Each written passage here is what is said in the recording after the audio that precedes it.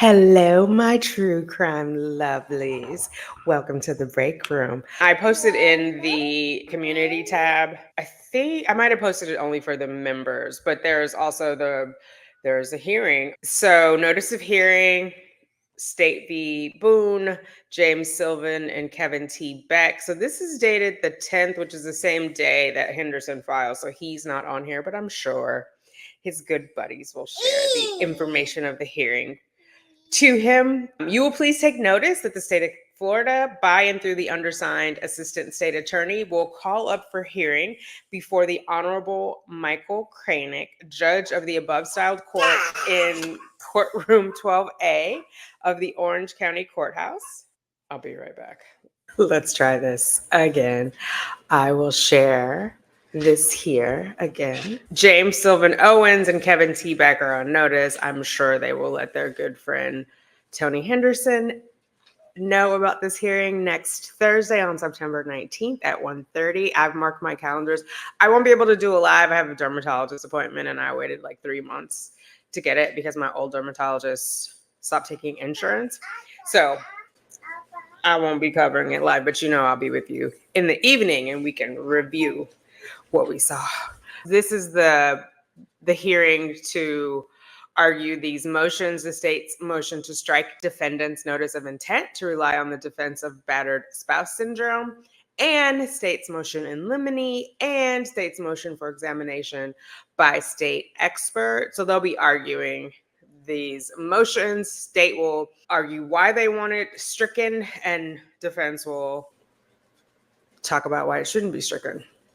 Also, I think because the motion to strike is because it was defective, because it doesn't have the particulars, but I believe the judge can give them the defense a chance to cure that. And so they'll be able to add the particulars and they probably will come with those, I'm guessing, to court on the 19th.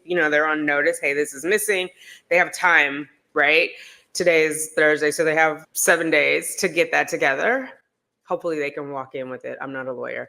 And then the state's motion in limine. So I'm not sure what they're trying to keep out, unless they're trying to keep out Julie Harper's testimony about Sarah, because they said, obviously, Julie can't say what Sarah did because that's inadmissible, or what Sarah said to her because that's inadmissible hearsay, right? The hearsay exclusion is for opposing party, or what is it? I think it's the opposing party, but Julie would be testifying on behalf of Sarah, so she can't say what Sarah said. There would have to be a foundation first, so the state is like, she can say it after Sarah testifies to what. Let me show you guys, because I feel like I'm referencing something that I could easily just pull up for you. But just so we're all on the same page, and in case you didn't see the video, which I do encourage you to see, but we're going to just touch on it really quickly here. Either way, it's going to be interesting, this hearing next week. Okay, you guys can see that. This is the part where they just go over the first reason of why they want to strike that. It requires the defendant to include a statement of particulars showing the nature of the defense the defendant expects to prove. The defendant's notice does not include any particular facts, which, if produced at trial, would allow for Dr. Julie Harper to opine that the defendant suffered from battered spouse. The particulars are what is going to lay the foundation for Ms. Julie to come in, or Ms. Julie Harper to come in and provide her opinion about the battered spouse syndrome, because they need to come in. She will need to come in and explain why Sarah's perception was off, where she didn't have to be in imminent danger to feel like she needed to kill George, because it contradicts the good day they were having, and it contradicts the where Sarah is saying it was accidental, right? So because in the battered spouse syndrome theory, it would be intentional. They're saying there's been no foundation laid for that. There's, assumes facts, not an evidence, basically, because where is that story coming from? Therefore, the defendant's notice is legally insufficient. So that's what I'm saying. I think the judge will allow them to cure that, and they'll be allowed to submit what the foundation is for Sarah's thought process, or how she is getting to that conclusion. Furthermore, the defendant only lists Dr. Julie Harper as a witness to show the defendant suffered from battered spouse syndrome. So there should be other witnesses, right? There should be other people who have seen things that have happened, who can talk about the length and the duration, the extensiveness, whatever, the details of this battery, of this pattern of battery, because it can't be like 2 weeks ago he slapped you and then you get to murder him with this defense. You know what I'm saying? So an expert witness cannot be used as a conduit to introduce inadmissible hearsay evidence, such as the defendant offering the defendant's hearsay statements, right? So the defendant is not a party opponent to the defendant. So it's usually hearsay is admissible when there's a party opponent, right? So if they're trying to think of an example. Basically, if it's the other person and someone heard them say something, they can tell you what the other party said. That would be admissible. They can't tell you if they're a witness for Sarah, they can't tell you what Sarah said. Sarah has to get on the stand because she's there to say those things. Does that make sense? Hopefully that makes sense, because someone else was telling me, oh no, they can do it because it's a party opponent. Like that. No, it's not in this instance.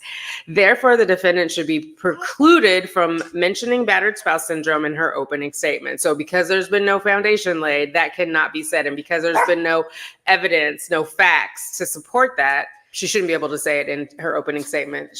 A foundation has to be laid prior to that, because opening is just that. It's the statement, opening statements, right?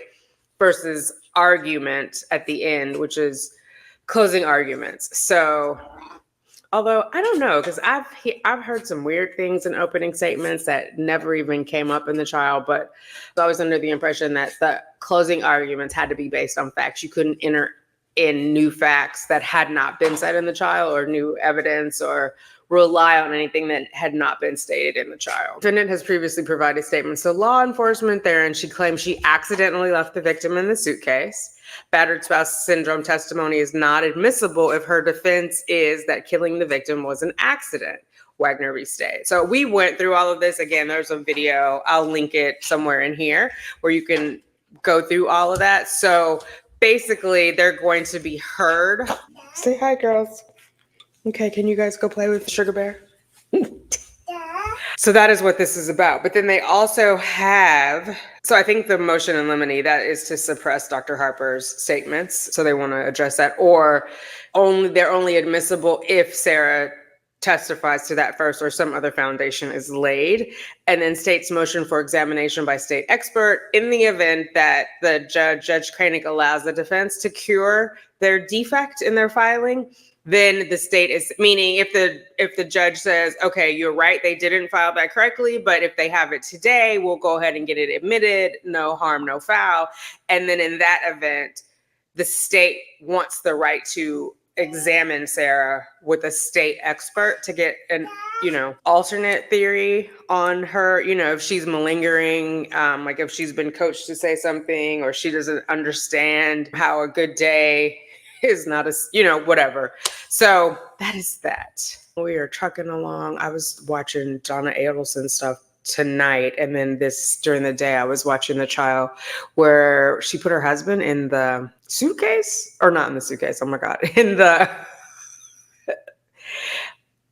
I think they said it was a duck pond that was built, and then it was a fire pit, and then they put concrete all over that. Lori something. I watched some of it over, I think it's Crime Cafe, Jenny's channel, because I had a bunch of meetings, so I listened to what I could. I like to really get into the chats and talk with people, because I love, again, crowdsourcing, but I didn't have that opportunity today because I had a lot of meetings. You guys don't care about that. But I hope you guys had a wonderful day. Let me know your thoughts. Shout out again to the members for helping me find Mr. Tony Henderson's information, because I kept scanning and I'm like, where are you guys getting this third attorney from? But third one's in. We'll see if it does her any good. Talk to you later. Toodles.